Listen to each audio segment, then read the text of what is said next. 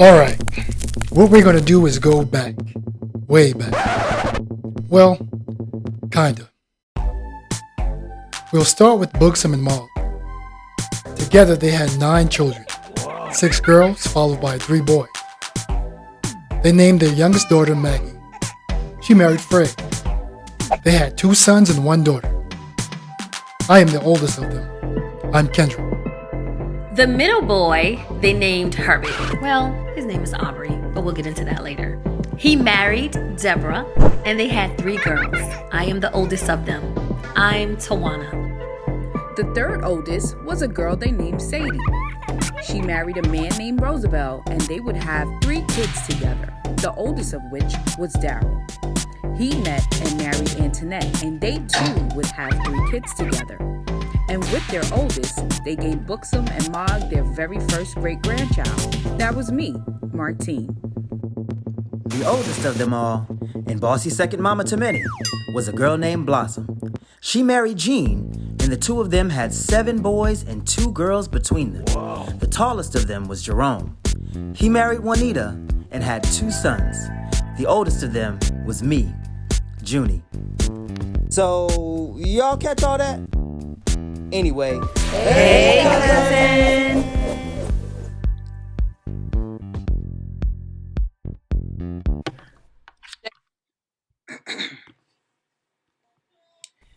Hey, and welcome back to another rip-rousing episode of Hey Cousin. We are here, it's season 2, and we got another cousin's letter for y'all to hear to start off this joint, right? So we're going to take it over to cousin Martine. And Martine, what we talking about today? So today, this is a real deep one. We have a letter. Dear Hey Cousins, I am an Afro-American 32-year-old woman who was born and raised in the South, and I wanted to ask your opinion about the racism that continues to exist. I have been married for over 5 years to a Caucasian man, and I still have yet to meet his side of the family due to the fact that they don't approve of the union. I constantly feel like I have to fight for my place in the family because they often have a blatant disregard for the fact that I am his wife. I believe my questions to you are, is this something that only happens in the South? I've never been outside of my state, so I can't speak on whether or not this is normal. Could you help me with how to handle this behavior? And should my husband be doing more in reference to him fighting for me and the union as well? Any help will be appreciated. I'm just going to say there's layers to racism, right? So you have the structure, the policies put in place. You have society, what's happening there, the conditioning. You have the interpersonal piece. How do we act towards one another? And this includes Black on Black. And then the most important, in my opinion, is the innate, your perception of yourself. Because just reading this letter, I'm just like, okay, so how you view yourself? I just don't understand. Or maybe I'll sit back and see what you guys think. I just feel like maybe it's my personality, maybe it's the way I was raised, not too sure. Of course, my roots is in the South, but I wasn't raised in the South. So I'm not too sure if that has anything to do with it. But the personal, that innate piece is very, very important. How do you view yourself?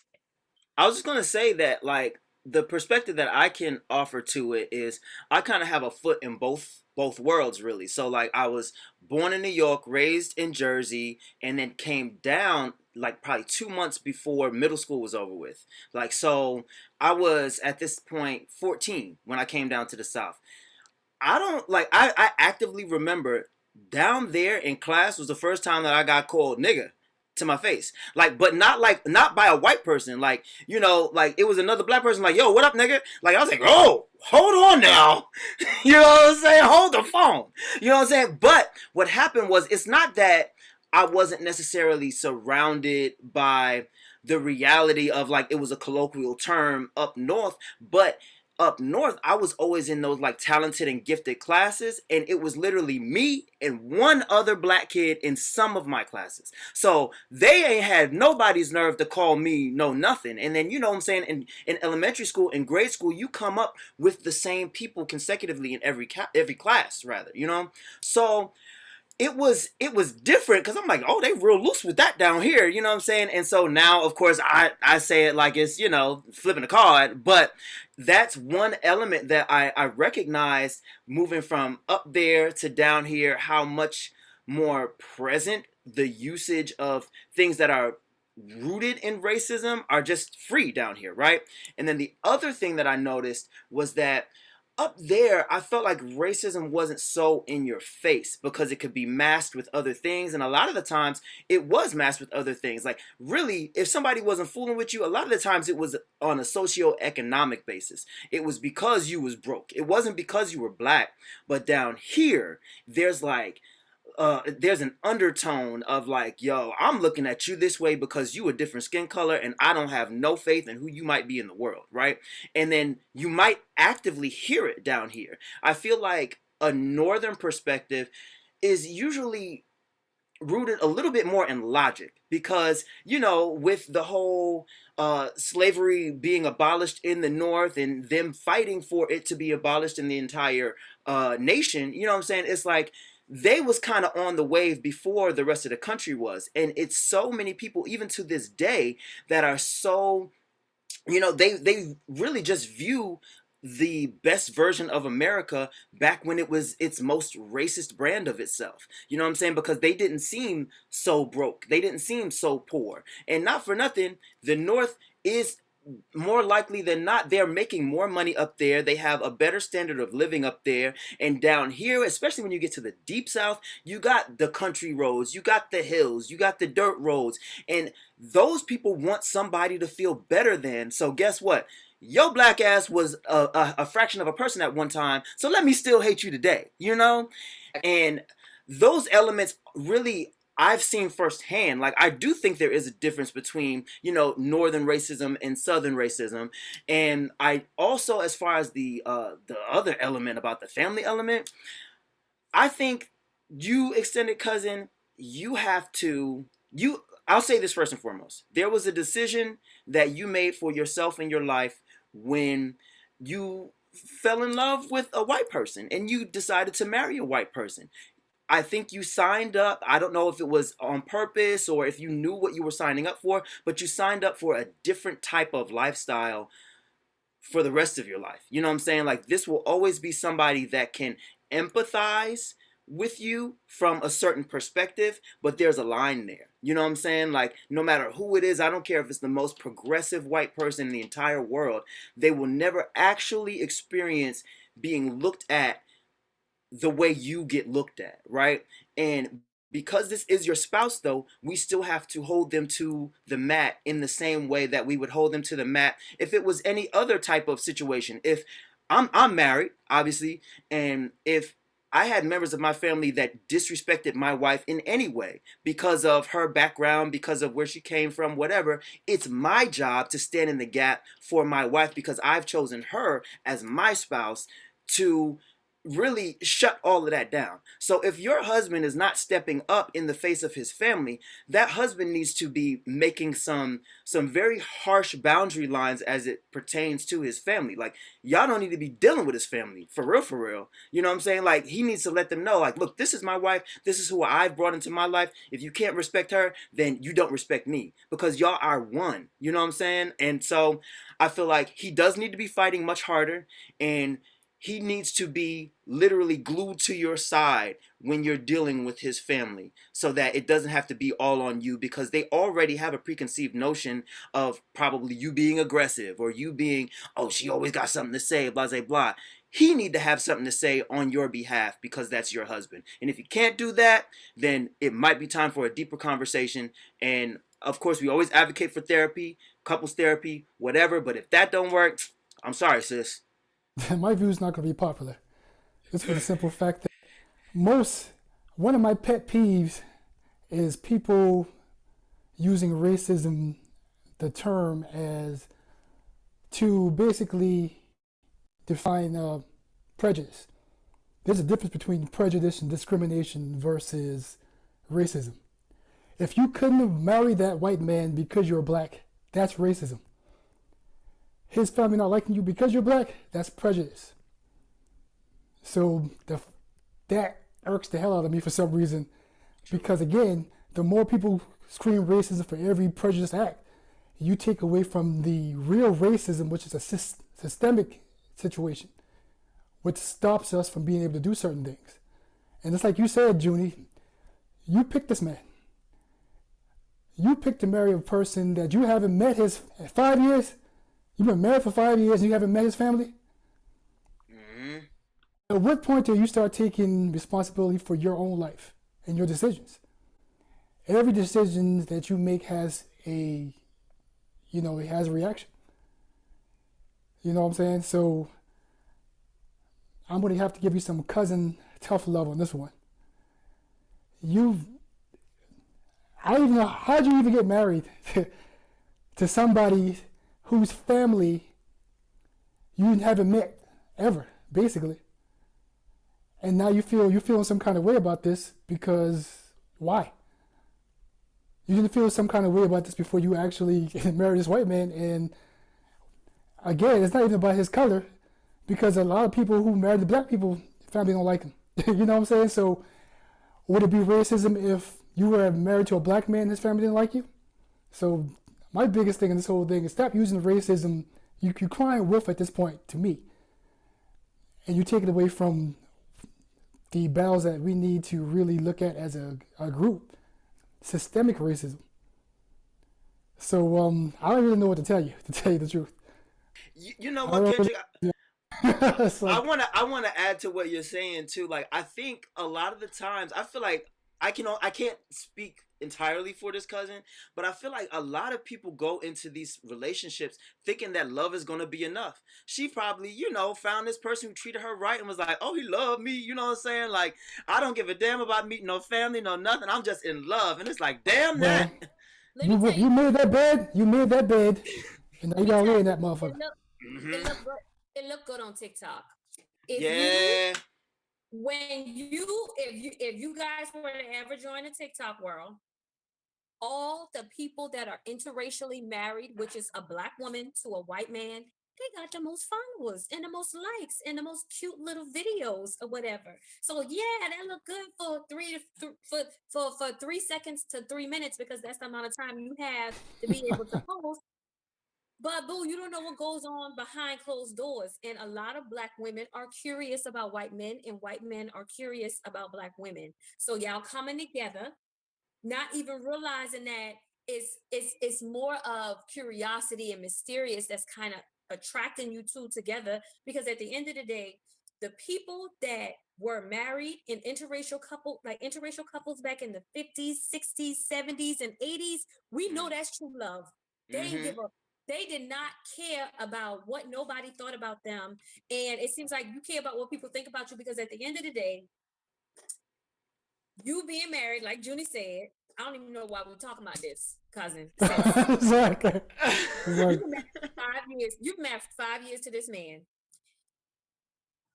I don't know if you signed up for the lifestyle. I don't know why. I don't know why you didn't think these things were going to happen, because like Junie said, and like Kendra said, sometimes love is not going to be enough when people looking at you, calling you names because you are with somebody other than somebody that they think you should be with. So if you didn't know you were signing your name when you signed your contract to marry this man, and you didn't know you were signing up for all of that, sis, I can't help you. I mean, and then on top of that, like everybody said, you never met the family. Don't fall for that TikTok fever. A lot of times it's about the presentation too. Like, when you're bringing somebody into your family, you got to present them in a certain light so that they're accepted in that light. You know what I'm saying? Like, and I'm sorry, like, I feel like the conversation's like shifting a little bit, but it's like, what the hell was your husband doing leading up to those nuptials, leading up to walking down the aisle to prep his family for you? You know, like, is he willing to go to bat? Y'all was he was hiding you from them because he knew it wasn't. Exactly. Mm-hmm. So that's why I said I'm gonna save what I have to say for last, because I feel like a lot of times there's this complacency, like where you just don't know who you are. That in itself shows me you don't even know who you are. If a person that I'm with and been and married to doesn't validate me and let people know who the hell I am, Houston, we have a problem. Mm-hmm. So is it racism? You don't even know that. I feel like it's speculation at this point because you don't know them. So if you don't know them, we can't keep saying, oh my God, they're racist. How do we know that? How do we know that? And this is the world we live in these days where every little thing we apply to racism. You don't know that. You don't know the family, right? And you're obviously not advocating for yourself and standing up for yourself and letting things be said. Look, I'm not marrying you if I don't even know your roots. Like, I don't, no, we're not moving forward. That doesn't Especially make sense. especially given the fact that she grew up in the South, so she know the type of brand of that shit that be around. This is what I'm saying. So with it, and let me tell you, and you're complacent and you're allowing this to happen for years on end. How? I don't understand that. I don't get it. I wouldn't have made it to the altar with him because I nigga somebody to death. He would have. I'm from the South. I use nigga. It's sorry. Altar. This ain't working. I'm sorry. This ain't working. And you not only that, my face. Soon as he said something crazy to me. Look, and let me tell you something. And not only that, this is coming from an Afro-Caribbean female who's also a lesbian. If you ain't ready to fight for who the hell you are, get off the pot. Mm-hmm. Because I have to advocate for who I am. I don't need anybody else telling me who I am. And that in itself just tells me you are confused about who you really are. Mm-hmm. What did you learn? How did you grow up? How did you develop? Like, what were people telling you? Did they tell you you were lesser than? Did they tell you this stuff? I wasn't raised like that, which is why I said I can't really relate. I went to a diverse school. Junie brought up the fact that I was always in honors classes, right? So you got the two of us in the honors class. Mm-hmm. So you already put on this little pedestal, so to speak, because it's like, Sing and Becky. Sing with the khaki pants. Sing had on some khaki pants and some dad sneakers. He did. Look, we smart too. So we already put in this whole little group, and it's like, oh, okay, this is what this is. To me, I feel like a lot of times, of course, it's society. They're putting us in places to have this kind of level. You're here, the others who aren't in this preparatory school, preparatory academy is lesser than. They're lower than you. I remember having a friend, oh, he's so cute, but he's not in Giordano Prep like us. And I'm like, well, you just said he cute. So that starts the BS. That starts the I'm better than this person. And that's where it starts. That's where it starts. Yeah. But if you don't have the logic, you don't have the mindset to just say, nah, we're not looking at that. No, we're not taking it there. It's the same with race. It's the same thing. That's what I was going to say. Like Kendrick was saying, and then you want to slap racism on it when it's so, like you said, it's more of a status, socioeconomic situation most of the time. Yeah. You married that man because you wanted a better life and you didn't care what cost there it. You didn't care about the cost. But But who told you that marrying a Caucasian man will give you a better life? Who told you that? And that's just an assumption. That's an assumption from me. But at the end of the day, in understanding why you're writing to us 5 years later, and probably dated for like a year. Yeah. Probably dated for like a year. So you have been with him for almost a decade now. Round up. So she slapped that extra 4 years right on there. You get that. But you know, okay. So here's yeah. I want to play devil's advocate, right? Because I feel like we have all surmised that our extended cousin chose this white king to save her Cap. from a situation. That's the But cap. but what if That's what it you what if trying to do. because I've seen a lot of different stylings of white people, right? I've especially in the South. What if this young man went somewhere and found his awakening, right? You know what I'm saying? So now he's like he went to an HBCU, okay? I'm just devil's advocating, right? Mm-hmm. He went to an HBCU. He realized like, yo, like I want to go there. I want to try the situation. And then he was surrounded by nothing but beautiful black women.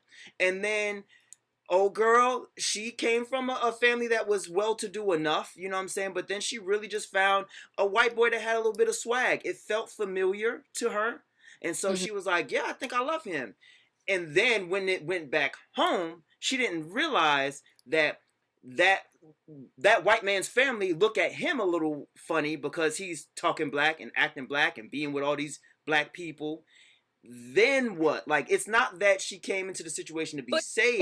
But not only, okay, so even if that's the case, Junie, okay, so when do you start to advocate for yourself and say, something ain't Well, right? wait a minute. Like I want to say, but like you said, Martine, my apologies.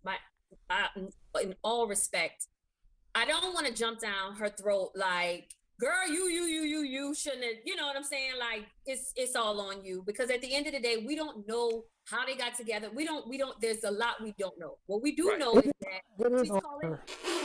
Can't you say he knows? It is on her. It's her decision. A couple right now that the age difference is 30 years difference. And his partner, they've been partners for almost 10 years, and he has not met his partners. And this is on hood. He has not met his partner's parents, grandparents, nobody. He has not spent any other.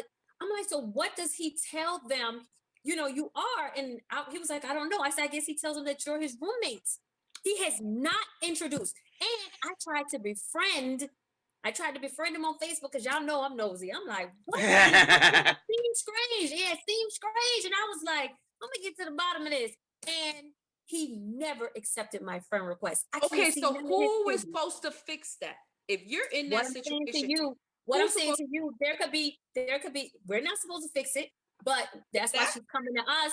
She's coming to us for some suggestions or some advice, because she's now in a situation where she feels like it's racism. We just explained that it is prejudice. Prejudice acts against her. Second of all, like you said, the self-worth thing. You gotta figure that out. We talked about mental, health on one of the last episodes, and finding a therapist. You can go dig that up and watch that. But at the end of the day, we're not trying to come down on you, sis, but you gotta take accountability. And I kind of have a little bit of compassion of running and doing something and then thinking like, oh shit. Mm-hmm. I'm gonna get out there one. What am I do about this one? So I can feel that too now. And that's my advice to you if it was me. Because there are times, I don't want to seem all self-righteous and judgmental or whatever on your situation, even though it is your fault a little bit. You a lot of it. I'm sorry. You gotta figure this one out. Either you gonna be with him or you not. That's the first thing. Either you gonna be okay with not dealing with his family or you not. Exactly. We can't help you with that. It's her fault. And the thing about it is, like I said, we don't really know the ins and out of the story. We don't really know the person. How we know that she comes from a great family herself. Her family we don't. And they just don't want to interact with her because her family is a mess. How we don't know that? Can we do a that's true. Can I do a parody real quick? Okay, so how are you doing? This me. No complaints. How are you? I'm good, dear. You calling me pets already? You already trying to call me a pet? Where are you from? I said I'm from Charleston, South Carolina. I live in Atlanta, though. I'm from Florida. It's nice meeting you here, dear. You call me a pet again? Dear. It's nice meeting you here. You look so young, dear. How old are you? This a white man, y'all. Trying to holler at me in the DM. I said I'm 40. You don't look 40 at all. So the conversation goes on. He talks about being divorced. You know, he asked me, have you ever been with a white man? I said, what you mean been with? No. Have you been with, like, how? Date? No. So are black girls your preference? That's what I asked him. He said, you don't like white? This real life, y'all. This real life. I don't want to show the face. Yes. This is what he said. Yes, black girls are queens. Black is beauty. That's what he said. Get what I said. What you say? Color doesn't matter. I like good energy, positive vibes. Because he was like, if a good man comes along, would you, da da da da.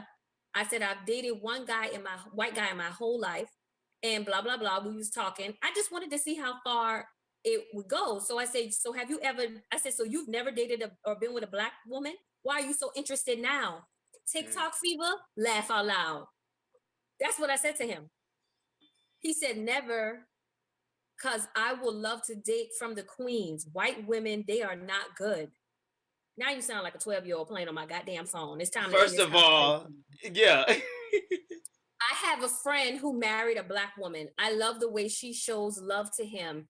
Always, she told me they are the best in everything. It sounds like fetish to me. Yeah, it's fetishism for sure. It sounds like catfish to me. And his it do. I'm telling you, it's like. Yeah, but I don't think that's everyone. You truly that's not everyone. There are some people that, but at the end of the day, Martine, we are seeing, like, I'm not taking anything away from anybody, but when the whole, lesbian, gay whole situation came out, everybody and their mama it seemed like a fad. It seems like now interracially dating is a fad. It's the thing to do. It's like black women are choosing, I don't know if they're choosing white men to date because they step into them and they showing them how they can treat them, and they're deciding, like, okay, this is way better than Rico them, who be playing games and this and that. But it seems like, to me, it's a fad, and of course it'll wear out. But I love the fact that when two people come together with whatever color don't matter. I feel like we live in a colorism world, but if two people come together in love, color shouldn't matter, and we shouldn't be still talking about this 40 minutes later. You know what I'm saying? When it comes to your situation, I don't know if you married him because it was a fad or it was a thing to do, or you got caught up in messages. I don't know. But at this point, I just feel like it's 2022. We shouldn't still be having these conversations, even though we are. And because we are, that's what comes with the territory. That's the overall point. The fact that you have an issue with this, you put yourself here. Absolutely. Yeah. So that's what we're saying. The fact that you're calling this racism and you put yourself here is the issue that we're having. Mm-hmm. You chose this person. Nobody's forcing you. Nobody threatened you. Nobody told you. You made this choice. When you make a choice, you got to live with the consequences and the results. Yeah. Is what we're saying. So who she decides to be with or whatever, that's neither here nor there. I definitely can't talk about that. Mm-hmm. I could care less. But if they're not doing for you as you need, you want this person to fight for you. Mm-hmm. And they're not. And they're showing you they're not. Okay, then what? When people ask questions, sometimes they know the answer. They always know the answer. Martine, somebody said that to me. He said, most of the times, he said, my godfather told me, most of the times when you ask a question, you already know the answer to it. You want us to be like, oh yeah, girl, there is racism. There's enough racism in this country. Get that racist ass out of here. I'm not the one sis, because I don't go to march. I don't go to marches. I don't do. I'm not her. So you wrote the wrong. Look, we take accountability over here.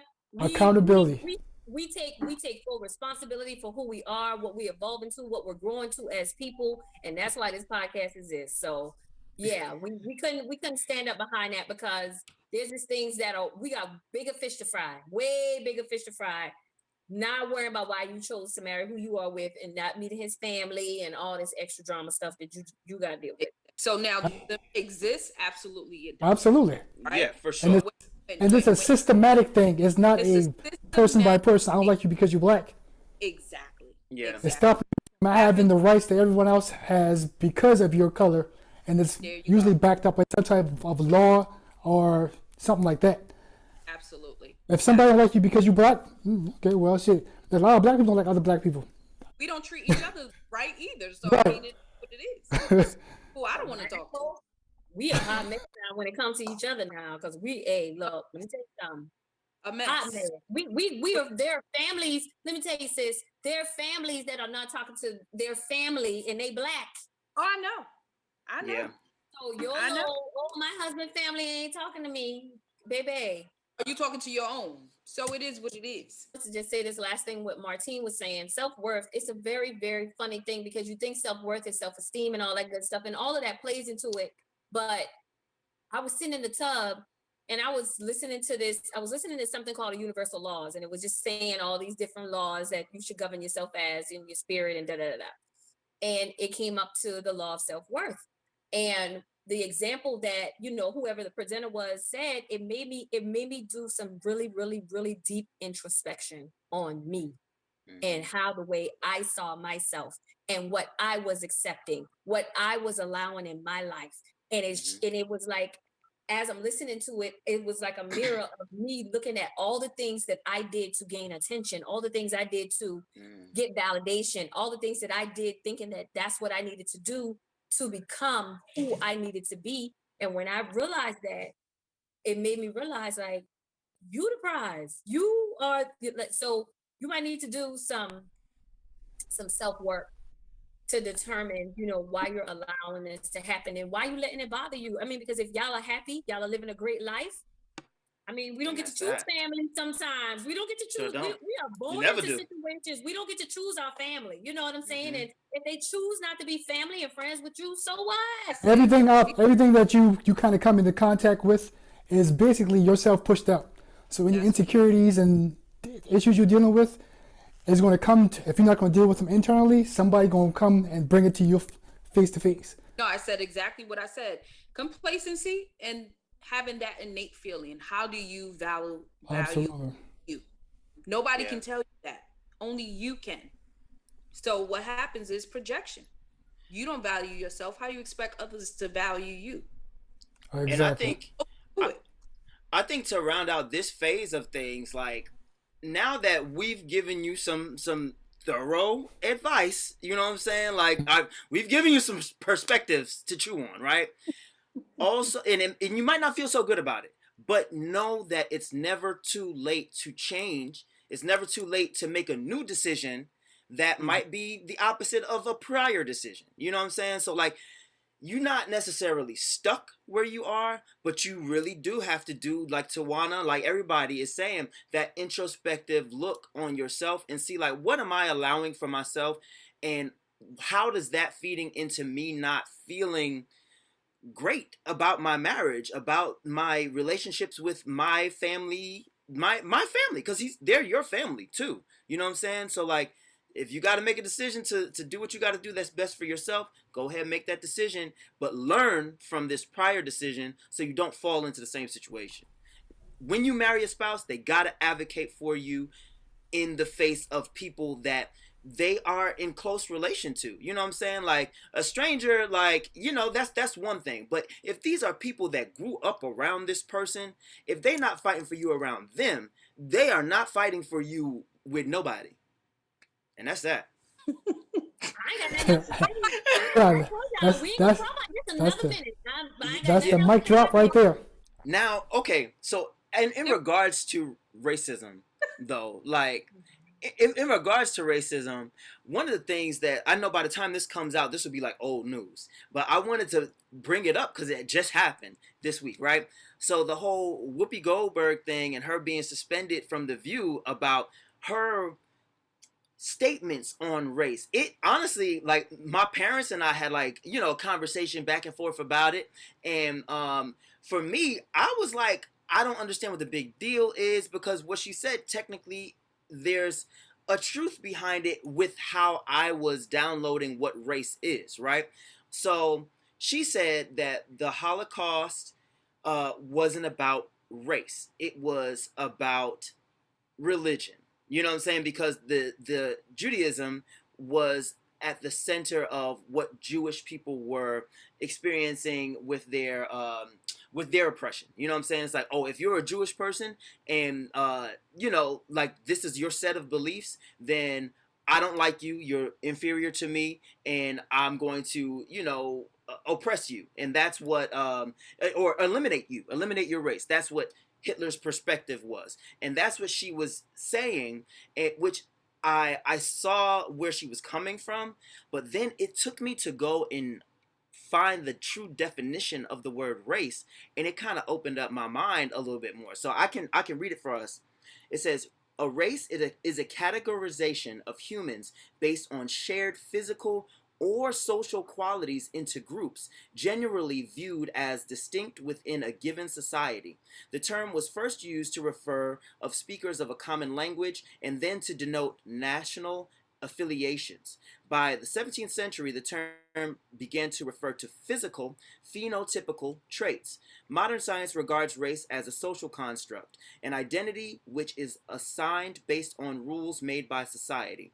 While partially based on physical similarities within groups, race does not have an inherent physical or biological meaning. Now, with that definition being read, it was about race, because the characteristics that we know or understand Jewish people to be, their religion, their social affiliations with one another, like the fact that we can look at someone and probably denote like, oh, like there's certain qualities that come with Jewish people or people of Jewish descent, right? And I'm like, oh, that makes sense. But I feel like the difference is us as black people have only seen race as black and white because they've made it black and white for us. You know what I'm saying? It's not, no, oh, you're a Jewish person, you're a whatever person, because we've been oppressed by the whole lot of them. You know what I'm saying? And so I understand it being a teachable moment from their perspective, but what about all the goddamn teachable moments that y'all still ain't learned from our perspective? You know? Man, we And still ain't get our reparations, man. Please, well, I mean we're not getting none of that stuff for the simple fact that until we own and control our own stuff. So Whoopi Goldberg, this stuff happens every now and then to make sure black people stay in their place. that's all. Oh, you think you big and special? Hold on. let me shut your black ass up. Exactly, just like that. Whoopi really don't care. She probably wanted that 2-week break or however long she got to be off. I mean, because at the end of the day, Whoopi has been in TV on that show long enough to know what she can say and what she can't say. Ooh. So maybe, sometimes you take one for the team. You know what I'm saying? And if you did, high five, honey. I didn't like you since ghosts. So anyway. See, I think the only reason we have to take one for the team is because we don't own our own teams. So so many people have been canceled over the last few years from speaking, which are actually true facts. Just because other people don't like them on their platform, they can shut them down. We don't own any platforms. Exactly. We provide the talent, but we don't own any of the infrastructure. And that's racism. That's racism. Yeah, that's racism. Yeah. What they did to her to try to shut her up was racism. These things are going to continue to happen. Whoopi ain't the first and she ain't going to be the last. Somebody else going to get in trouble. Amanda Seals. Some people who are vocal about the things that they feel strongly about, they're always going to be persecuted. Things like that are always going to happen. It was Nick Cannon a few months ago. Exactly. Yeah. It's always going to happen. So she ain't first, she ain't going to be the last.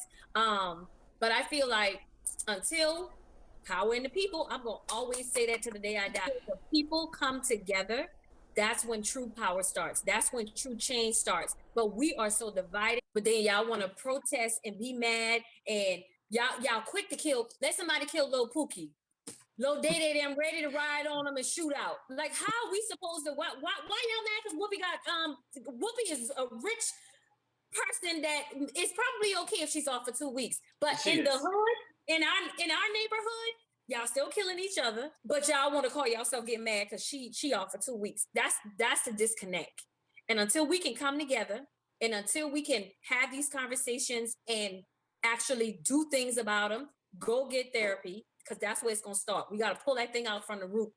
Until we start doing things like that, until we start coming together and continuing to have these conversations, not amongst us, but with our children, with people that we know, that's the only way racism and prejudice acts against brown, black, anybody other than Caucasian. That's the only way we're going to get ahead.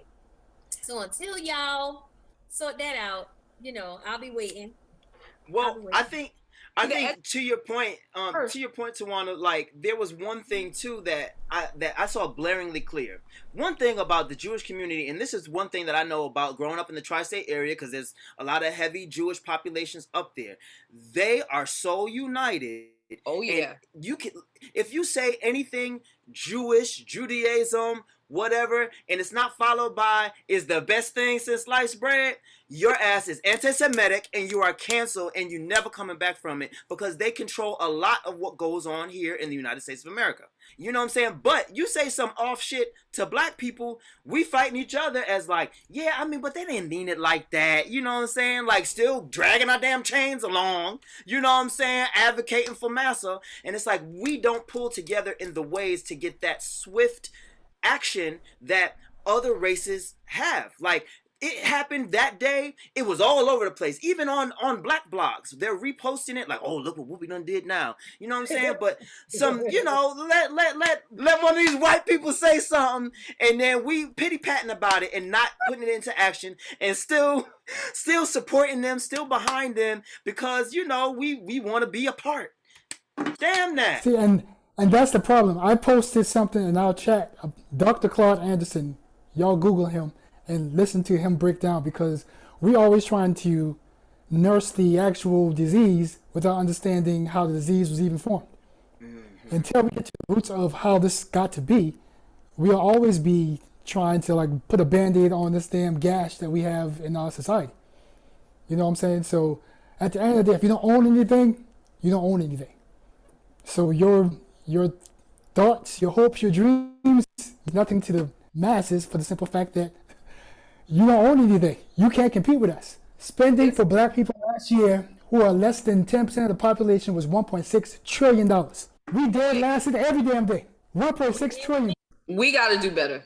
Yeah. Much better. I said that all the time. I said we got to do better. We got to educate ourselves. Is there racism? Yes, there is. But what can you do about it if you're uneducated and you have no clue? Whoever says this, oh my God, they're racist. No. Do you know the difference? We have to. Don't. I see it down here.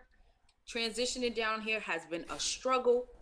I was going to ask you about that perspective. It's so crazy out here to me. And I'm just like, my mouth, I think, is always open while I'm out, because I can't believe it. I can't believe Welcome to the South. The sir and the yes, ma'am, yeah. While I'm like, when I tell my partner all the time, I was not prepared for this struggle. It has been a struggle, because I'm like, what? You have to ask who? Who the doctor? You the doctor? Huh? I'm confused. Mm-hmm. There is a level to this crap. There is a level, and I see it on a daily basis. And like I said, we have to do better. It's tax season. Everybody quitting. You quitting for what? You quitting because you getting this refund, and then what happens when it's gone? Because it's gonna be gone in 2 weeks. It's gonna be gone in 2 weeks. 2 weeks. If not sooner. What? They ain't work San Quentin. They ain't worse than criminal. It's the mindset. It's the mindset of our people. Our people. Lack of education. They have been conditioned. And it's not lack of education. It's ignorance, and it's people that just like, okay, this is the way of life. Like that falls into education. It's the same thing. Talking about the book. I'm not talking about your accolades in the book. They are uneducated in so many ways. It's ridiculous. They lack education to a degree where Yes, it's just amazing to me. And prime example is you can have, let's just say I walk into the room and they'll say, "Oh, you coming to get the garbage?" Well, bitch, Oh why I got to be the one no. with the garbage? Just say a Caucasian individual who is coming to get the garbage. That's a doctor. Mm. He the doc. It's just crazy how their mind is wired. Expectations is what you get from Yeah, life. you are It's the a black conditioning. woman, so you cannot be at a certain level. And it's amazing. We have too many Yeah. black and brown individuals, doctors, lawyers. We have too many for us to still think that only they can be. That's Yeah. when I walk back out and I'm like, okay, let me woosah and go back in. Uh-huh. Yeah. Because it is crazy. It is really, really, and it's sad. It's Yeah. so sad. It's so sad. You'll see more respect to our counterparts. Oh yes, sir. I'm gonna do it. I'm gonna do it. Yeah, yeah. Mm-hmm. I'm gonna do it. I'm like, we still do it. What the? Who? What? While I'm Yeah. sitting here over, And they're going who you home to their talking? they're going home to their kidney beans and rice and fried chicken. And I'm over Mm-hmm. here. Who you talking to? Me? Yeah. You Nobody guys better not ever come up to me in no store talking about something. You know what they said? I don't work here. That's what I'm Don't play with saying. me. You know, the thing is, I feel like a lot of times we are doing white America's job for them to perpetuate our own oppression. You know what I'm saying? Like even to the point of therapy, right? We had a prior episode where Martine really schooled us on therapy and schooled us in the fact that it is a pretty modern medical practice, right? So if it's a modern medical practice, it probably still was not created with us in mind. But guess who's fighting so hard to not go into therapy? You know what I'm saying? Fighting so hard to like be like, oh no, that shit crazy. You know what I'm saying? Us as black people. You know what I'm saying? It's like it's created. It wasn't created for us, and we still trying to like excuse ourselves from the situation. It's like that's why we not growing. That's exactly why your ass don't dance. Y'all, please watch that Dr. Carl Anderson thing I put in that group chat. Hey, this man was telling this stuff like 10 years ago and is basically going to the root of it. This is an autopilot. This is an autopilot from slavery. It's an autopilot. Mm-hmm. Now we perpetuating it without their help. So now everything's a racism. No, it's not. It's you. It's you. You're doing what you're supposed to do. But Kendrick, you know what else too? What's that? The way things start is the way they end. If it is true that blacks sold other blacks into slavery for money, we're always going to be amongst people that are going to survive. Don't matter the color. The price is what they look at. And I feel like you have to look at if our history serves us right, African people was hating on African people from the get-go, and that's how they ended their black ass over here in the first place, because of us. So it's something within, like, we can continue to talk about it, but until we get the help, until we deal with whatever, this gonna go on and go on and go on and go on and go on and go on and go on and go on and go on. The help is creating a system that created the issue. So you have to create a whole new system in order to address the issue. Until we can come together as a people and unify as one, there is power in the people.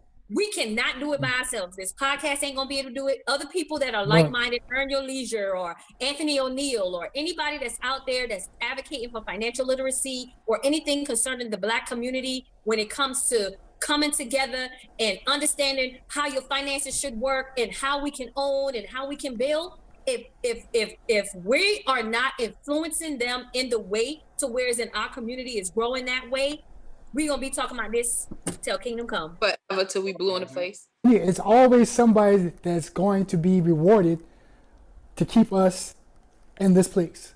And it's been historically done. People that hurt you most are the people that are closest to you. And outsiders can't normally get in. Outsiders can't normally get in. It's always the person. If you think about your hardest hurt and your most disappointment is somebody you trusted and you knew that did something Absolutely. to you that you knew. Absolutely. You was like, what? We don't advocate for one another. We don't Exactly. we don't We ready to encourage fight. one Now, females, y'all don't, and it's all, the influence is all through social media and television. You got basketball wives, loving hip hop. You got all these people that so-called are supposed to be, power couples, but y'all on TV falling and fighting and mad at each other because this one's sleeping with that. It's all perpetuated. Everything is propaganda. I was watching Power the other day, love the show, but at the end of the day, now Tyreek was smashing 3 different women. We never saw those sex scenes, but we saw the 2 men sexual scenes. On the new Power? On the Yeah. book Yes. too? Oh, I ain't even. Who's gay? Girl, you gotta watch the new one, girl. You know I guess we gotta catch up. Yeah, you gotta catch up, but it's like and that's one of the things that someone said to me. You notice how they always showing those scenes, kissing and feeling and groping and all of that stuff, but Tyreek just get a little kiss on the face and a little rub. But the whole power structure is the fact that Ghost could have been a damn CEO of a company, but he had to be a damn murdering drug dealer. They'll tell the stories about us that they want us to be told, and they make people rich around it, and people go, oh yeah, we getting money.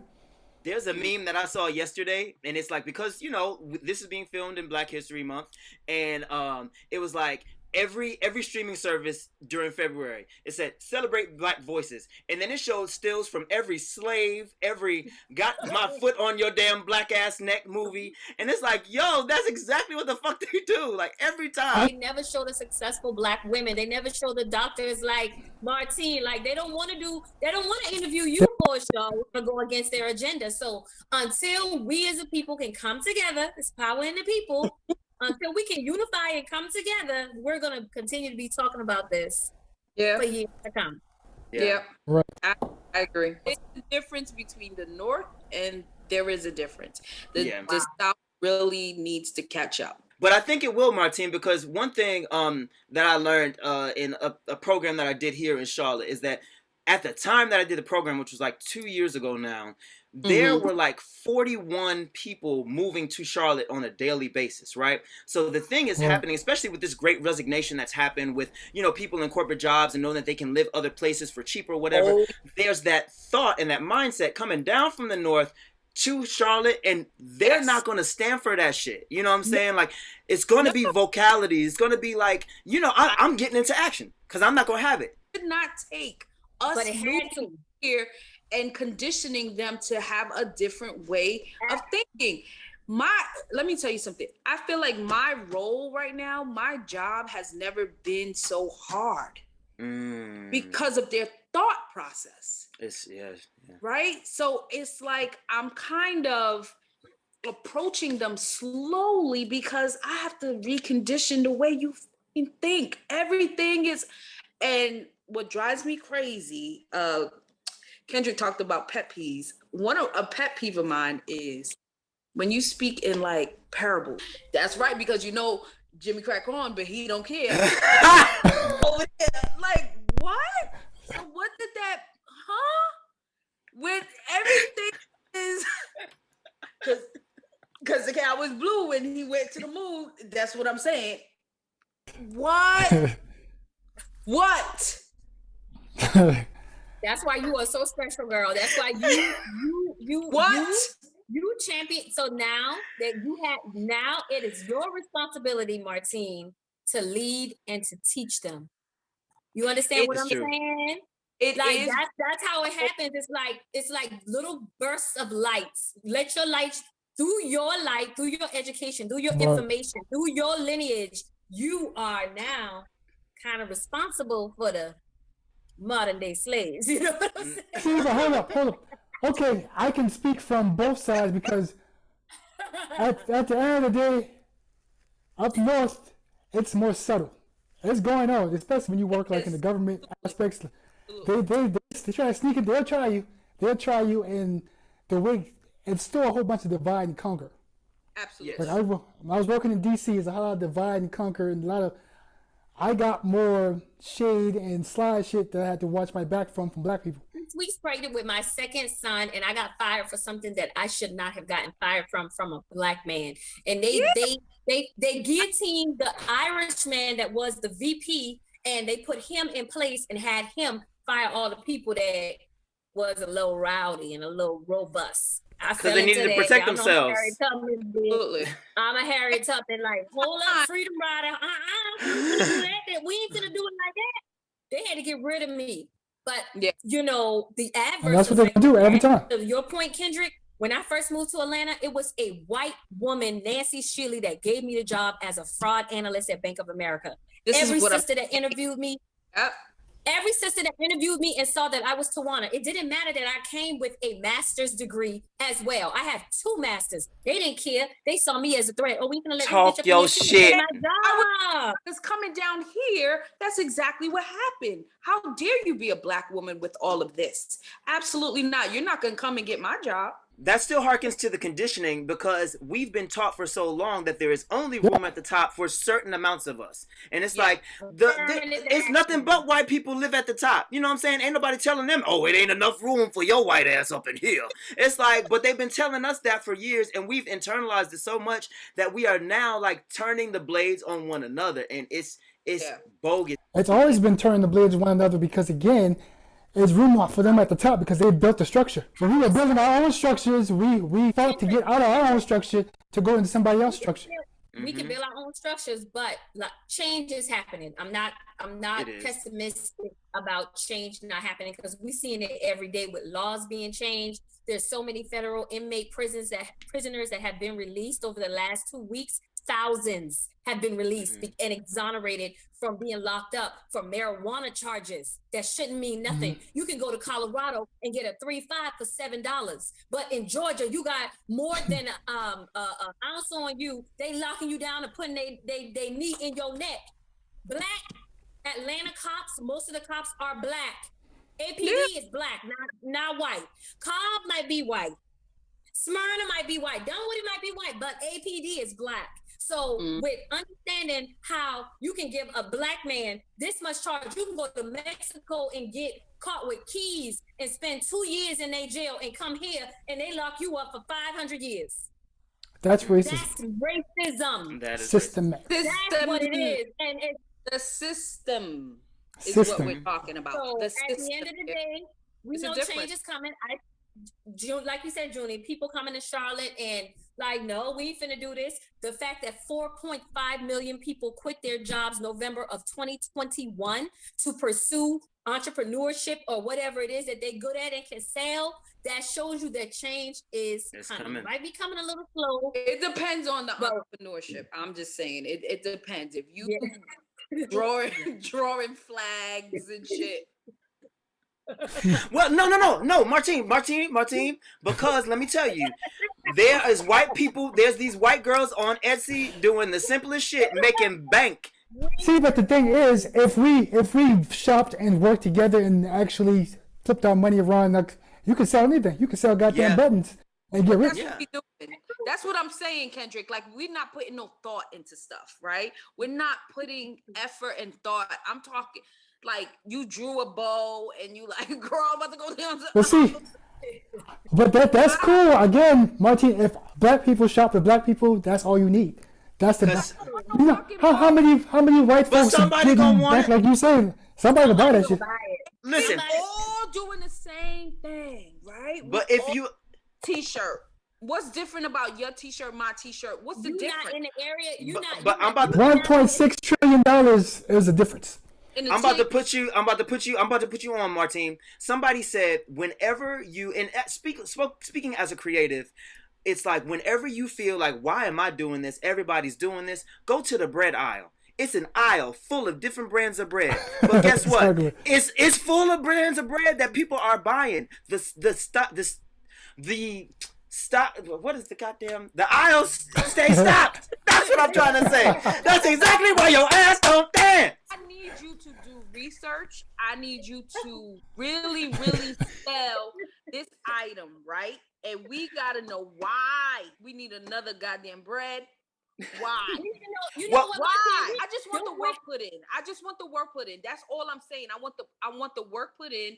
We got a lot of people who's not putting the work in. They not looking at their demographic area. Martine, that's a great segue into our next show. I think that we definitely should dial down on that because, like you, I feel the same way. Every girl want to sell wigs and lashes.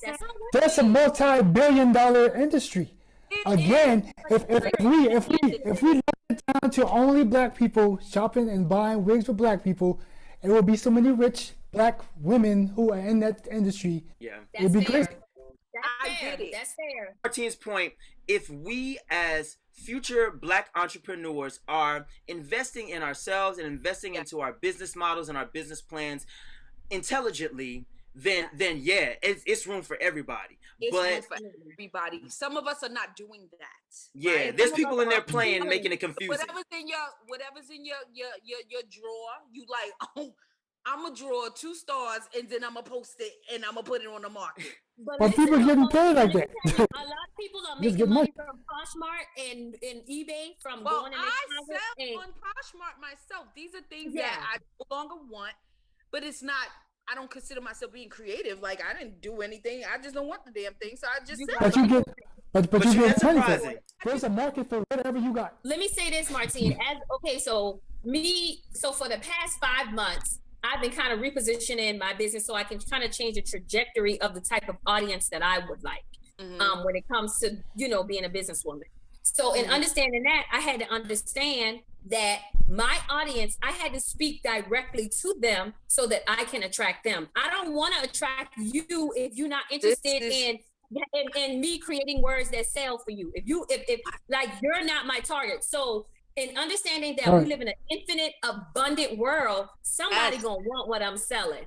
But like Julie said, we gotta be a little bit more, and we could talk about black businesses all day, every day, because we know some black businesses that don't operate in excellence, don't operate in ethics. I know a girl that bought wigs from this guy here in Atlanta, and I will put him on blast. She bought 3 wigs from him. She sent him $2,000. She hasn't received her wigs yet.